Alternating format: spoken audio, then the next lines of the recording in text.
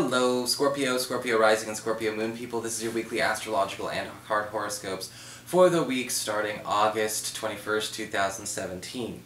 And a quick reminder for all of you out there, remember, I do know we have an eclipse on Monday or Tuesday if you're in the Eastern Hemisphere. I actually did cover that in the monthly astrology horoscopes for August 2017. And in the interest of trying to bring as much new information as possible to these horoscopes, I'm not going to be addressing it here. If you do want to go look at the monthly horoscopes for August, you can do so by going to the main channel page. They're in a playlist of their own. Or you can simply click on the Scarlet Moon screen name beneath this video and it'll take you there as well. Okay? So, what is going on this week when it comes to your astrology anyway? Well, on Tuesday we've got Mars, planet of action and energy, in your 10th house of career and upward mobility, forming a gorgeous trine to Saturn, currently in your earned income sector. And what's going to be happening is that everyone is getting the same kind of energy where we're learning to get rid of an issue, or we're having the opportunity to release a burden that we've learned to live with. And in this case, it may actually be some kind of burden that's been holding you back in terms of getting a raise in your income, or a promotion, or a way to elevate your stature in your community or in the workplace. Now what this means is that there may actually be some kind of test of your methods, or some kind of opportunity for you to, to be more prominent in your workspace or among your colleagues and your peers. And you have to make sure that you are ready and available to take on a much more large public eye to be seen in. This may actually prove to be the boon you've been looking for, especially for a lot of you who may have been feeling a bit stuck, but you've got to be okay with some of the anxiety that can come from so much social expanse. Believe me.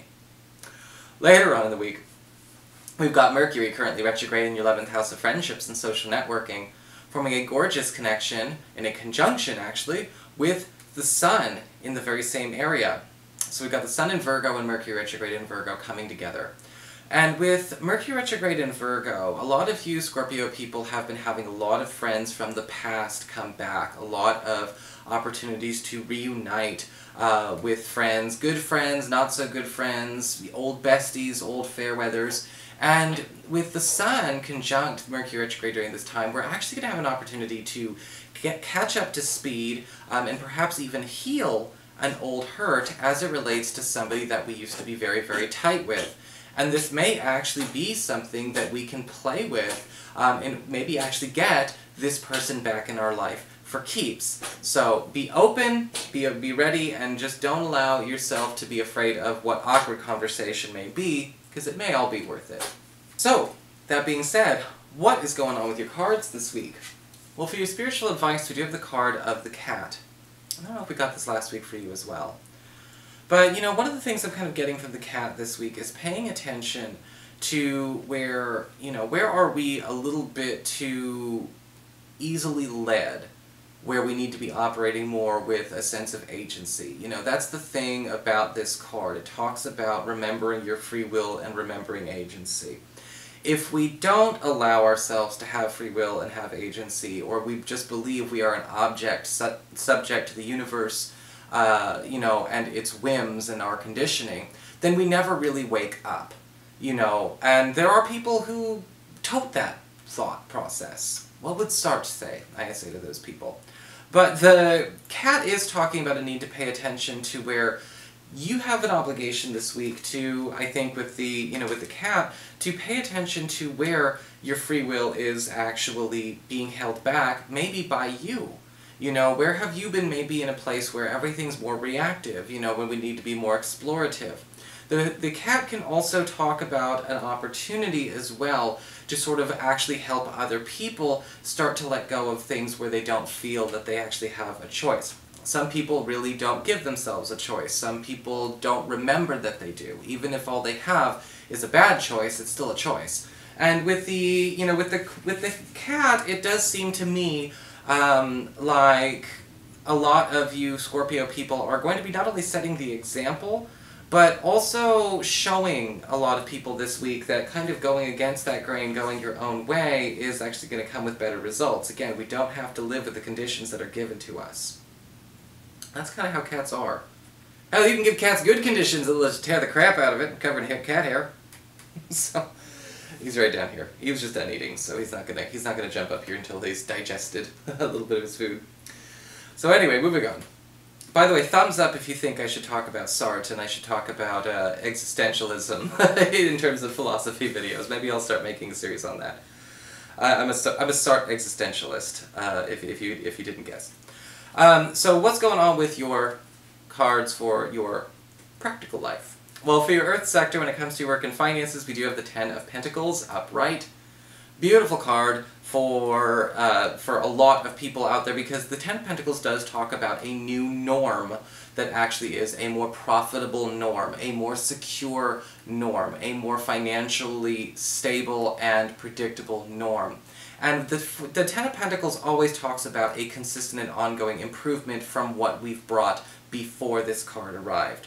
So this can actually be, again, an opportunity for a new job that may pay a lot more than the company you worked at previous doing the same dang thing. The Ten of Pentacles could indicate, again, a step towards prominence, a step towards upward mobility. But the Ten of Pentacles always does talk about being able to reap the rewards as you even transition. We don't even have to wait for the transition to complete itself to start actually accruing the benefits of whatever this growth spurt is. And so this week, I hope a lot of you Scorpio people enjoy that and have a lot of fun with it. For your communications with air, when it comes to your friends, your relatives, the others in your life, we have the Seven of Cups reversed. And it does look like a friend or a relative may be kind of paring down a lot of excess in their lives this week, in a way that actually does make it easier for you to connect to him or her. Whether they're paring down a lot of, again, extra social obligations, extra personal obligations, or just a lot of extra distractions. Sometimes we get those situations happening where it's like, oh my god, I miss my friend because, you know, he's working 45 hours a week at that job, or how come I don't get to hang out, you know, ever since she started hanging out with that group of people, you know, they're not even cool with her, but she's given them all her time. This is the kind of energy that's kind of saying, our friend is kind of starting to see the light. Our friend is starting to kind of wake up and see what we're seeing. The Seven of Cups reverse can also be a really good card for commitment. If we've been waiting on people to actually finally give us an answer as to what they are committed to as it regards to us, whether it's personal or not, we actually get our answer this week. So just be prepared for that to come quite explicitly. For your challenge this week with fire, we do have the Magician upright. And the Magician is kind of an interesting card because it does talk about, Scorpio, again, you going out and actually making the alterations and the changes necessary. You know, the Magician is another card like the Cat. It's about having agency. It's about being okay with calling your own shots. You know, when we think about magicians, we think about wizards, we think about witches and sorcerers and sorceresses. These aren't necessarily people who sit and wait for the external to dictate their circumstances. You know, they took it upon themselves to learn the ways and to enact the ways. And in a lot of ways, your challenge this week is to be okay with having that responsibility be yours. You know, it's your obligation. The Magician card as a challenge could also be a very, very interesting kind of spin when you suddenly are elevated to a place of prominence and you're kind of realizing you're being looked to be the facilitator and the leader, and you're still new, but it could actually be, again, an opportunity for you to make a huge impression that stays for a while. For your emotions with water and your romantic life, you do have the Page of Swords upright. It's a very, very interesting card for love, but I think a card for love that a lot of you would enjoy because the Page of Swords does talk about, for a lot of single people, an opportunity to really kind of, you know, get into somebody's head. And I think that both you and a crush will finally actually have one of those kinds of conversations where we really get to see the inner machinations of each other's minds. You know, it's kind of like 20 questions on steroids, but the cool thing is there is bonding about it. There is that meeting of the minds after all. For those of you who are currently coupled, the Page of Swords upright says this actually is what happens between you and a partner, you and a lover, especially if you've had certain areas of your lives compartmentalized, because you know what? If you're going to have a good relationship, we gotta have lives outside of each other too. But it is always nice to know that our sweetheart is just as interested in the lives that we keep to ourselves as the lives we share with him or her. And we both actually have, again, this opportunity to sort of regroup and refresh, and maybe even build something brand new, because all of a sudden, everyone wants to get involved with what's going on in the other person's specials place.